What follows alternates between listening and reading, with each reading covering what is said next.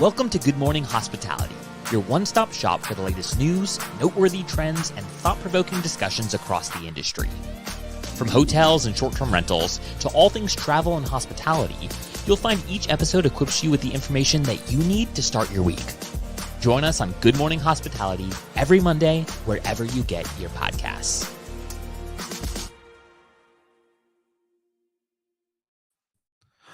Good morning. Happy Monday. Best day of the week. Let's go. I'm a little bummed. Two things: that I'm not in England for the short stay show this week and out at one of our castles right now. And I'm also bummed I'm not freezing cold up in Canada for the Can Stays conference. But I know. Here we are. I know. Shout out to all the conferences happening right now. And shout out to Jamie Lane, who gave us some great feedback on Can Stays happening, or that happened this weekend. Shout out to Catherine Ratcliffe. You're one of the OG legendary movers and shakers in our industry. So thanks for putting on something super sweet. From Jamie's notes, it sounded like it was the most well-attended conference, especially for a first time, in the sense of the diversity of political and local government, even national government, property managers, individual hosts, Airbnb itself, influencers, vendors, etc. So it seemed like it was well diversified, which is, I think, refreshing compared to what we're seeing with VRMA and other conferences in the industry. So, yeah, it's good to see kind of like all the stakeholders in the ecosystem there. I think that gives you like a more robust conference setting. 100%. Yeah, everyone tends to run to the niches. If you're a professional manager of a vacation rental market, you go to Verma. If you're a host, you go to Mike Sjogren's event. Yeah. So it's kind of niched out in certain ways, but it's cool to see it all start to come together as one industry. Yes. Shout out to Jeremy Wise, Terry White, all of you guys tuning in. We appreciate all of our live viewers on top of the amazing listeners that tune in every Monday, Tuesday, and Wednesday. We love it. It's constantly growing. But how's your guys' weekend? Good stuff? Yeah, it's nice and sunny here. I got a little bit of a tan, so that was nice. And yeah, recharged for the week. You and me both, Brandy. Let's go. Finally. I'm almost a 4-year-old dad. There's nothing wildly exciting coming out of the Golden household right now. I love it. Just let Terry White, I know you say we're frozen. I just checked on our end. It seems like we're good. So if we are frozen, maybe refresh the browser. We had this happen in a previous episode with our hotel crew. So anyways, we have not a lot of topics, but a lot of deep dive happened this morning, especially with the credit card topic and then Google. So without further ado, one thing I would love to kind of do before we transition into these topics is give our partners at Sojo an amazing shout out, because as every week we get on top of the show, it's very automated, right? Like we know our systems, the three of us plus Jamie, whenever we bring him in every month, we know what we're going to do. We have a system of how we're going to talk about the certain topics, what topics we're going to pick. It's all automated, right? Just like Sojo can do the same thing for your amenities. You can put that on autopilot. You don't have to worry about, did you schedule or order the right amount of amenities, the shampoos, the lotions, the everything, right? It doesn't have to be chaotic. So shout out to Sojo. If you go to getsojo.com/GMH, you'll get a 30-day free trial and a sample kit to look at and to use for your own properties. So shout out to Sojo. All right, guys, this is going to be fun. I'm a little nervous for this. So I want as much of our live viewers to kind of chime in. We want your thoughts. We want your opinions. I was torn. I was more on the side of we shouldn't lower the credit card fees when reading it by myself. And then talking to you too before we went live, my view is now a little bit divided. So Michael, do you want to give us a segue into the article kind of topic before we jump into our kind of own opinions? Sure. So high level, there's a senator that has put forward a bill that would basically reduce fees merchants pay from the credit cards, from the processors. So the average credit card processing fees between 2 and 3%. And obviously that ultimately gets passed directly on to the consumer. So yes, the merchant eats a little bit of it themselves, but we're all paying for it in the end. And you do that, over years and years. I'm sure this senator would rather that money just go to the government in the form of taxes. So I wouldn't be surprised if that's the angle long term. But in the short term, they want to wipe out the credit card companies or lower their fees between 2 and 3%. And for context, the top 6 card holders made nearly $32 billion in profits, even after reducing all of their reward programs. So it's big business. It's consolidated at the top. There's some weird carve outs in this bill. With Amex and Discover not being eligible to forcing down the fees. So I guess some good lobbyists over at Amex and Discover. But Brandy, I know we jumped into some pros and cons of this. I am a Delta loyalist. If anyone's watched this show, they know that. So of course I have a Delta card, and Delta's partnership with Amex made $10 billion in 2023. So it was wildly profitable for them. I wouldn't mind that fee going down with that credit card. But at the same time, I haven't paid for a flight for my family to join with me in years. So pros, cons. Yeah, reading this, I just thought, to me, it seemed like the people that are the credit card companies or the networks are trying to make it seem like this is a huge loss to consumers. But sure, there'll be some loss, but I think obviously the bigger loss is for Visa and MasterCard, who have no competition over the 80% plus share of the network control. So I don't really buy the poor consumers aspect. So, I also agree, points, great. Love accumulating those, getting the miles. But one thing that was interesting in the article, and they didn't provide a ton of data on it, but in the European Union, years ago, they passed similar legislation where you had the option to choose a network, and plenty of European companies still offer rewards programs. So they probably just look a little different and you have to adapt.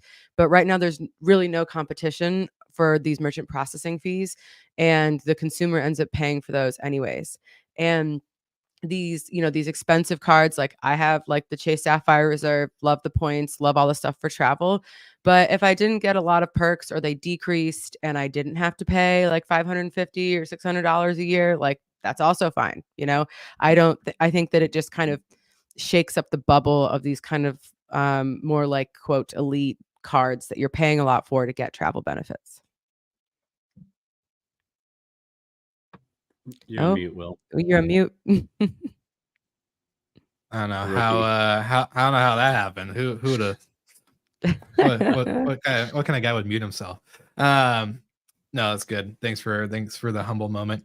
Well, one thing, one comment. I'm a big podcast addict in the sense of listening to other things outside of our space. And there's one show called Acquired where they do really deep dive episodes. There's only one episode a month, but they're 3 to 4 hours long, and they're highly researched, super incredible podcasts.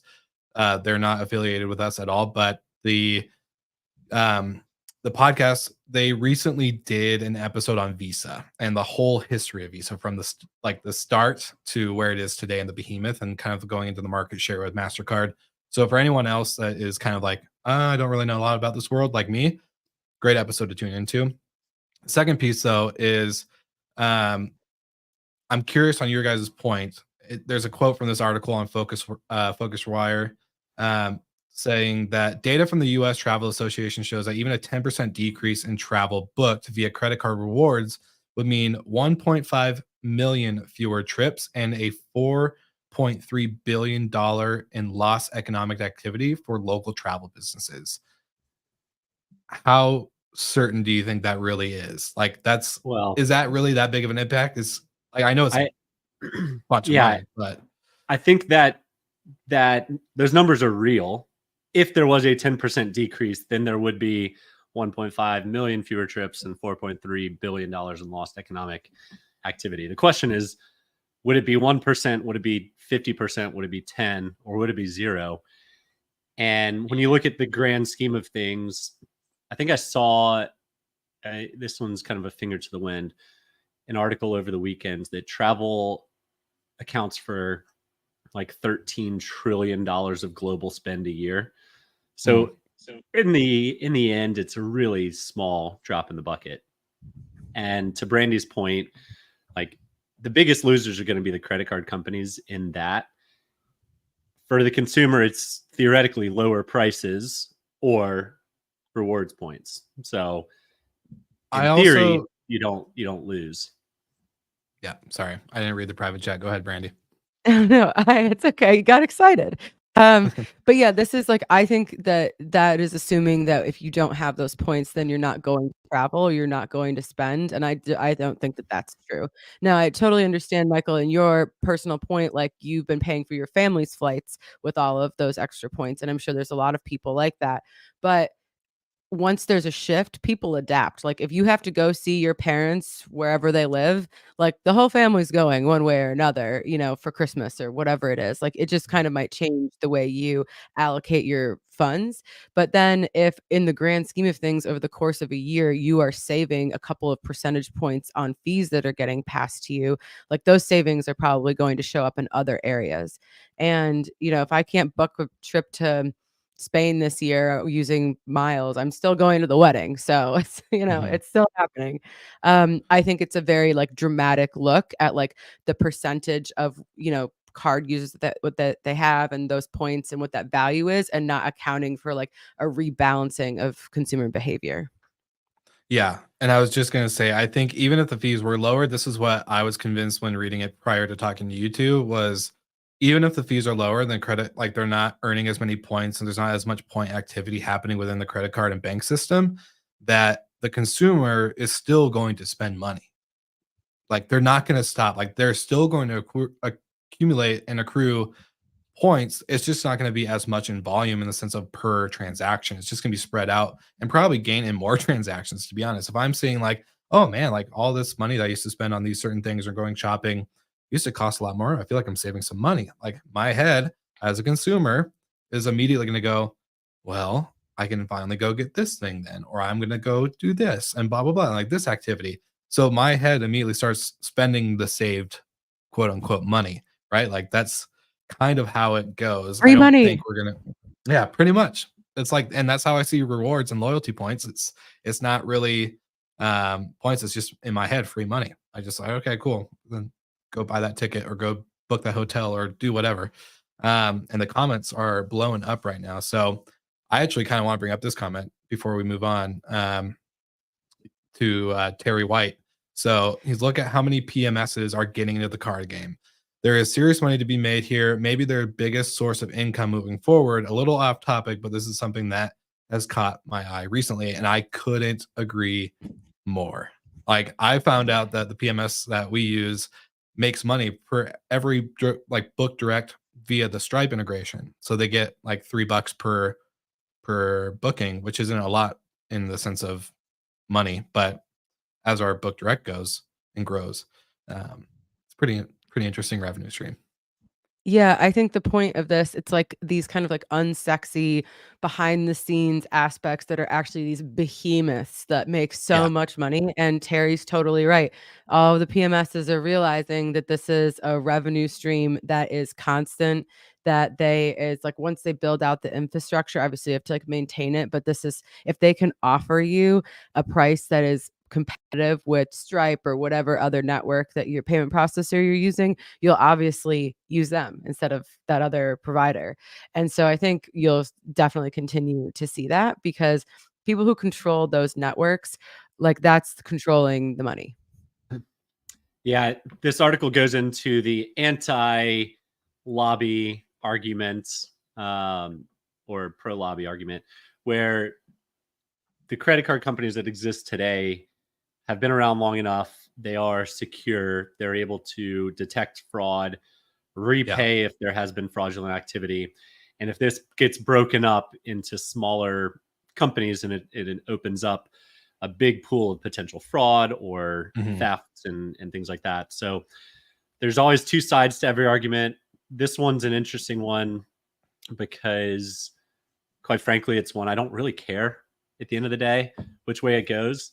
But it is an interesting one to watch. And to Terry's point, like, you can go to Old Navy and they've got a credit card, Home Depot and they've got a credit card, Hilton, Delta, like American, every big corporate American company has their own credit card, and its sole purpose is to drive loyalty. So it's an interesting world that we've gotten to this point on. But I think if you look at actual true loyalty programs, the generation behind us, behind the millennials, doesn't have a whole lot of loyalty towards anybody. So no, this might be the right time to rip the Band-Aid off the loyalty points.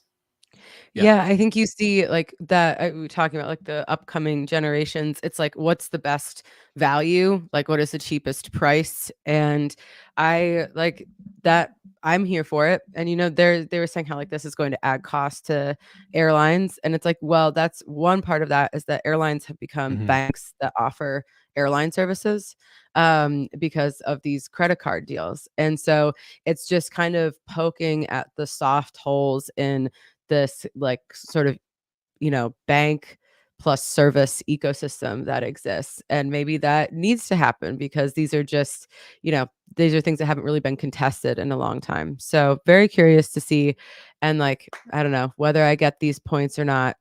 They also devalue all the time, so if you're hoarding a ton of points, you might want to book a trip to Thailand or something. So the consolidation towards the top six, and it's really the top two. It's Visa and MasterCard with kind of a secondary Amex and Discover. It creates an ecosystem where you have to use one of those four cards, basically, period. And another ecosystem where you pretty much just have to use them is Google. And Google very recently has changed their SEO search algorithms. And I was completely unaware of this until the Focusrite article came out. So thank you, Focusrite, for making it known.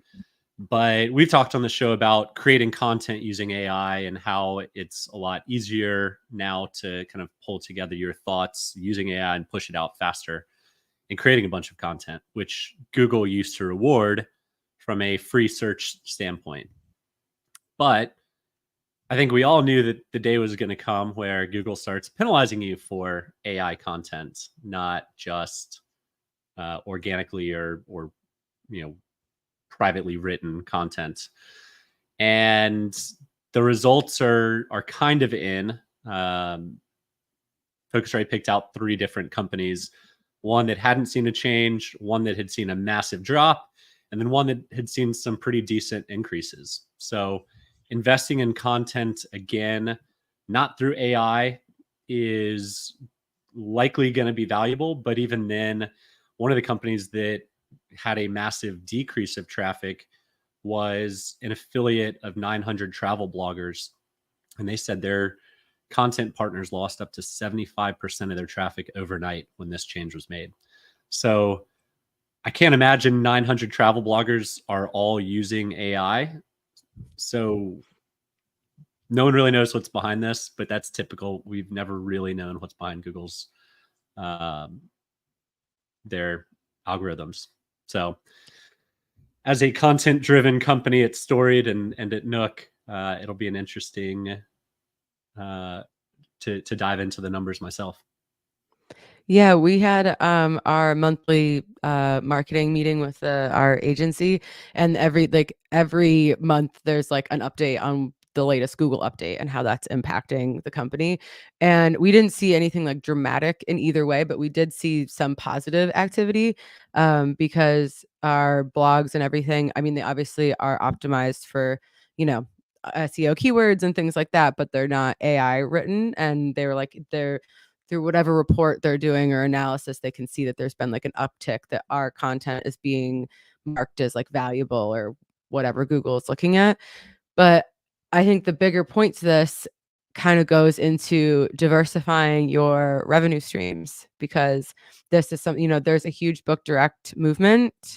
And I hope Mark doesn't come for me after I say this. But I think this is also, evidence that you should have a healthy mix.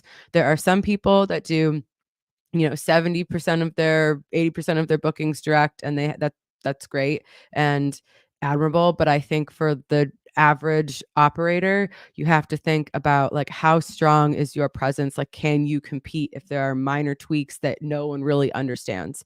So just making sure that you are not overly dependent on any one source. I have a lot of thoughts and comments on this because in recent conversations with other operators, as I'm getting ready for a fun, like, little series of episodes, a lot of property management companies, whether they're multifamily or single family home, venture backed, private equity, or even just bootstrapped, a lot of companies don't have CTOs. So that's one thing. Technology piece is out of touch from the operating standpoint in most cases, not every case, but in most. If you don't have a CTO or a CMO, the CMO understands the marketing side, right? Like how Google works, and maybe they understand the algorithms and a little bit of like this stuff. But the CTO understands the technology behind a lot of these things when it comes to software and algorithm changes and updates. So that's already a disadvantage for the operator. The other thing, Brandy, as you were saying earlier, is the value, right? Like when the loyalty points from credit cards are losing value, like you were saying, if you're hoarding a bunch of points, they decrease in value over time. Might as well just spend them. It's the same thing. And to Paul's point, um, if you're not putting out content that is valuable, it's not going to be favored. And I can say from a literal content business that all we do is content, video, audio, even written sometimes. If you're not putting out good stuff, it's not going to get engagement. That's just the way it is. Yeah, you can have a good hook and you can do all these creative like marketing things to get people to click open or whatever. But if it's really not good, people are unsubscribing. They are not paying attention. And so I think in the reality of this is we're already at the disadvantage if you don't have technology or a CTO or someone who understands the behind the scenes a little bit more, which is something I think like is really, really fascinating from an operator standpoint. And two, the value drive. If you're not actually adding value, you're just doing it to push out. Pushing out stuff is great, but at the end of the day, it needs to be worth something. And if you're not, or if it's not worth something, then you're going to see the downfall. So I would also say that, you're talking about having a CTO or a CMO, and I agree that these are kind of big blind spots in our industry. A CTO is probably going to be one of the most expensive hires that you have, and therefore one of the last, because like, are they essential to operating the business? Probably not in like that sense, but this is where I think a realistic, I mean, I definitely think that there's like how things Not should in run property management. Yeah, well, I was gonna say the exactly. turnover of the home, no, but in the way that your systems are tied together in order to make it efficient, yeah, like 100%. If 100 yeah, I agree. I agree with that, but there is like how things should be, and then there's the reality of how much payroll you can afford in a month. And like, does the CTO salary fluctuate with seasonality? Like, that kind of thing, it's those are huge expenses, because if you have a CTO, that really means you have like another technology team beneath them. But that's not my point. Is that there are other ways of getting this information so that you can be a little bit more educated and that are more like cost effective. And having a really good digital marketing agency, that I know that there's like, we've talked about kind of like how you find these people, and that can be a little difficult, but if you find a good agency, you can have people explain to you, and you can have this in your interview process of like, we are concerned about the way the Google algorithms are working. We lost X percentage of whatever. Like, you come to them with your problems. And then you can have someone who is more specialized that can provide you with regular guidance on like what you're doing and how it's working. Although I have been told by several people that even marketing agencies don't know, but it's a good place to start if you are like totally lost and you're seeing some negative effects from all of this. Yeah, I want to hammer in on one point that Brandy already made, which is if your whole goal is to get 100% of bookings direct, don't, because Google could change their algorithm again tomorrow and your whole business is a big question mark. And same if you've built your business on Instagram or on Airbnb, for that matter. Just don't be over leveraged on any singular spot, because we've seen Airbnb change their algorithms, Vrbo's change their algorithms, Google. I don't know about Instagram, but I'm sure they've changed their algorithms many times. Facebook. Yeah. So I think diversity is key, because if one of those changes and you've got the other ones kind of at a steady state, then you'll get through it and survive. It's not too dissimilar to when COVID happened and everything got, up for grabs. It's certain companies that were diversified, longer stays, shorter stays, multiple markets, not just, overexposed in New York City, for example. Being able to get through when you're somewhat diverse in your income stream.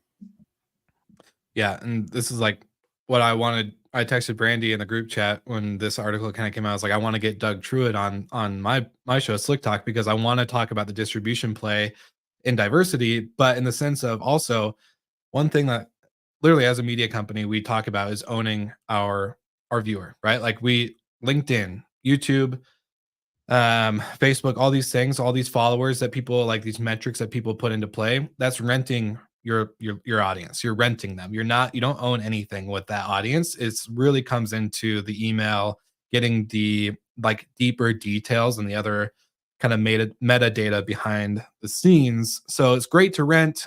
Like you can rent as far as rent only gets you so far, basically is what I'm trying to say. So owning the customer information is where it's going to be at, and that's how you're going to overcome these Google changes, meta changes, LinkedIn changes, even whatever kind of source or social media or algorithm play, distribution play you have.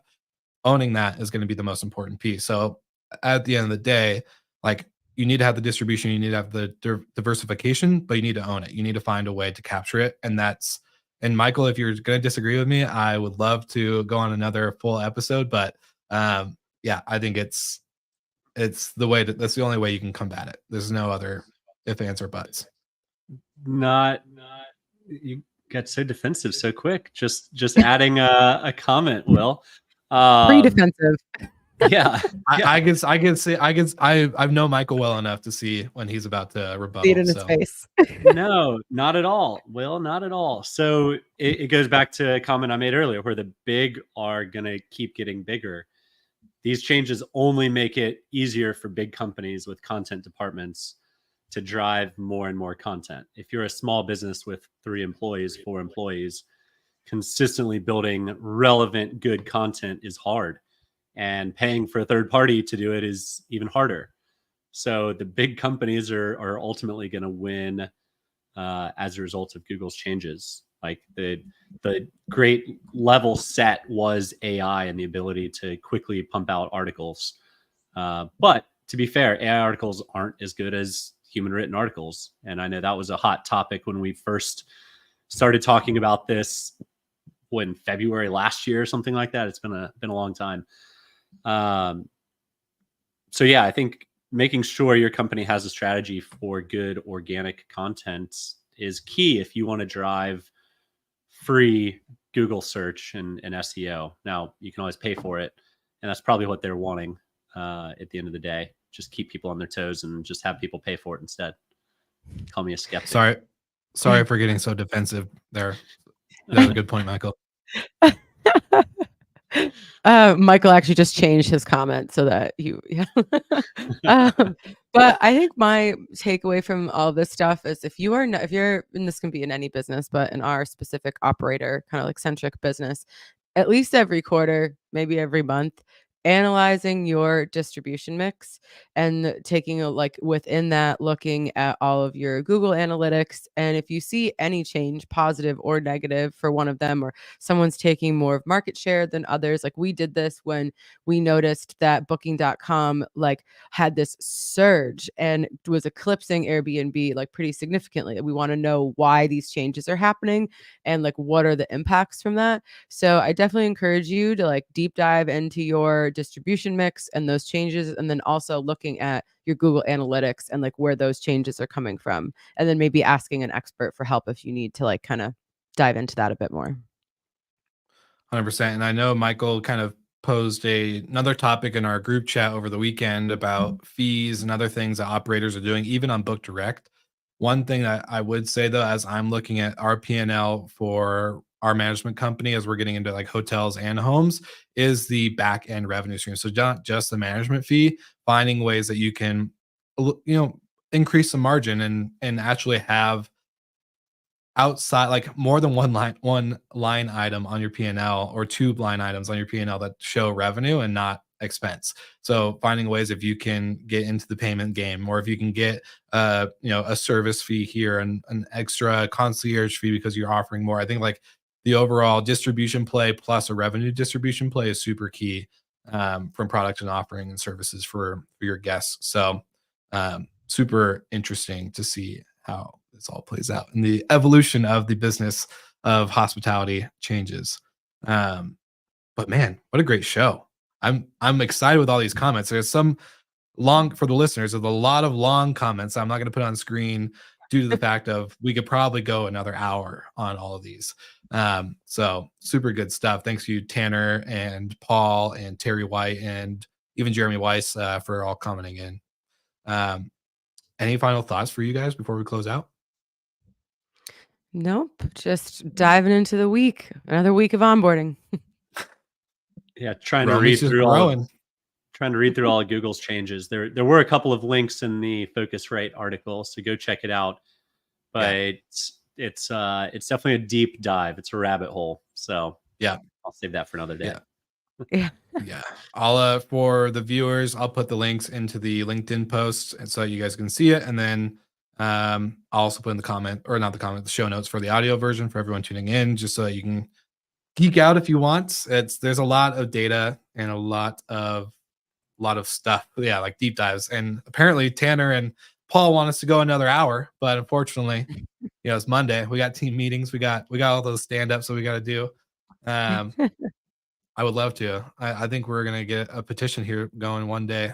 People are going to push for GMH to go longer than 30 minutes, but that'll be a battle to fight in the future. Exciting stuff. I hope you guys have a great week. For anybody tuning in just now, getting into the show, if you first time discovering Good Morning Hospitality, check out our other shows. We have our European crew happening on Tuesdays now. Goes out 8 a.m. Central Europe time. And then we also have our hotel crew on Wednesday mornings, same time as this episode, 7 a.m. PST, 10 a.m. EST. And of course, like always, you know what to do to like and subscribe, follow the show.